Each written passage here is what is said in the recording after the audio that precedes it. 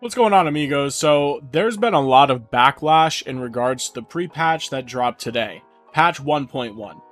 Now earlier today I released my reaction video for the patch notes, but I also released this short, which I'm going to play for all of you. Bear with me, there's a point to this. Amigos, rogues have been nerfed more than what I had expected, and it's bad. I mean really bad. Including the nerf to siphoning strikes. They made this a lucky hit chance. This is pretty darn questionable. But that's not the only thing. Dexterity on main hands, nerfed. Total armor, nerfed. All damage reductions, nerfed. Vulnerable damage, nerfed. Vulnerable implicits, nerfed. Crit damage, nerfed. Crit damage implicits on swords, nerfed. Cooldown reduction, nerfed. Damage to crowd controlled enemies, nerfed. Now, I'll try my best to update all my builds accordingly, but I will say this, there is no way I can do this all before Season 1 drops in 2 days. Like this video to spread some awareness, I guess, amigos, and until next time, nerf Barbs. So that short was titled Rogues Nerfed F Tier ? And I received, I would say, mostly positive things about the video, people agreeing with me, but also some obvious hate because of the more than obvious clickbait. And it's not just clickbait, it was more of a question also, and yes, was it memeing? Yes, I admit that. But I want to give you all my honest opinion on Rogue currently, and that's because that's what we really cover here on the channel. So what the changes have done to us and how bad the nerf actually is. And this video might be on the longer side of things, but I promise you it's worth it, and I'm not just spewing junk. What I will say is to stop listening to every little thing content creators, including me, say. There are actual creators trying to give you pure facts and be informative, while some are just blind to the facts because they just want views. It's that plain and simple, and I'll be the first one to tell you that. So let me begin with this. We are not F tier. Again, this was a meme and a clickbait. I'm a YouTuber. You can't honestly fault me for this. I do my absolute best to provide the most accurate, down-to-earth, reasonable videos for everyone to watch. But rogues got hit hard, and yes, so did every other class, but as you all know, 99% of my content, if you follow me on this channel so far since launch, has been all about rogue. Now granted, obviously not everyone is going to know that if they don't follow me, but I do want to provide actual facts for what I'm saying and why I do think this was a bit much. So before this patch dropped, I had 307% crit damage. I am now at 254.9. I also had 330% vulnerable damage. I am at a staggering 150.6% vulnerable damage. Now yesterday I was also pretty happy to hit 8100 armor because I finally got an upgrade for the first time in 3 weeks. And now I'm back down to 6.9 thousand. Not to mention I was hitting 13k disobedience with disobedience, finally helping me survive 80s for a bit longer. Now with a 20% nerf on the top end to disobedience plus my current armor, I'll top end 9.4k armor. That's if I can maintain full stacks long enough. So honestly, I'm back to square one where I was before. And now doing mid 75s, I probably have to try as hard as I was in these clips here, attempting an 86 and 89 and a 91 in some of the harder dungeons. Now let's also take a closer look at these clips. Now I'm going to show you my damage that my rogue was doing just last night.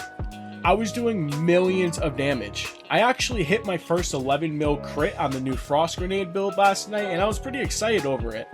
I do have this clip of me hitting 9 million damage last night. And I have consistent damage clips.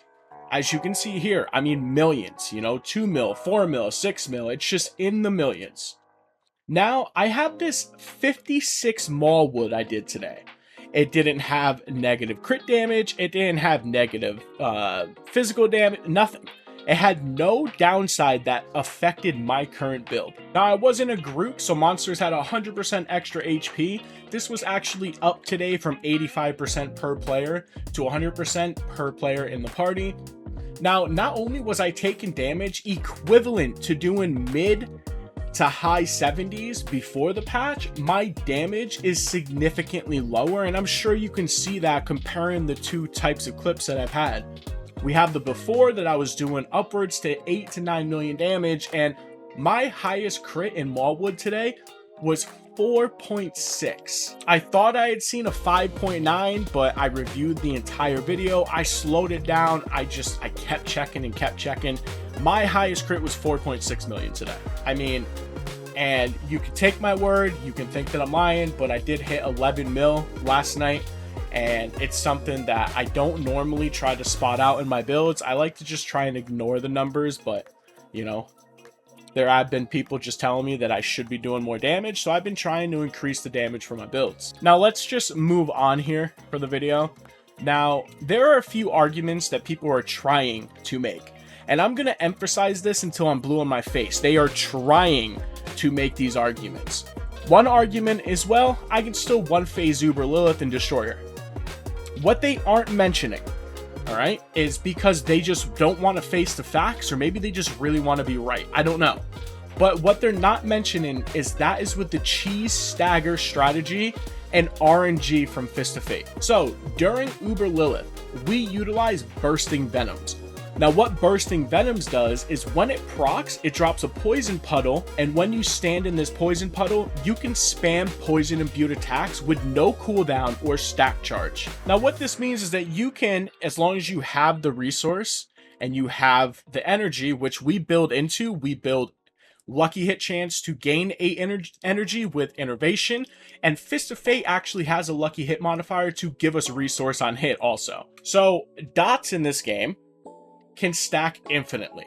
Bleeds, poisons, burns, etc. So what you're able to do here is infinitely stack poison damage, which we scale more from glyphs and talents and so forth. Now Fist of Fates are also used because the amount of lucky hit chances to CC and build that stagger.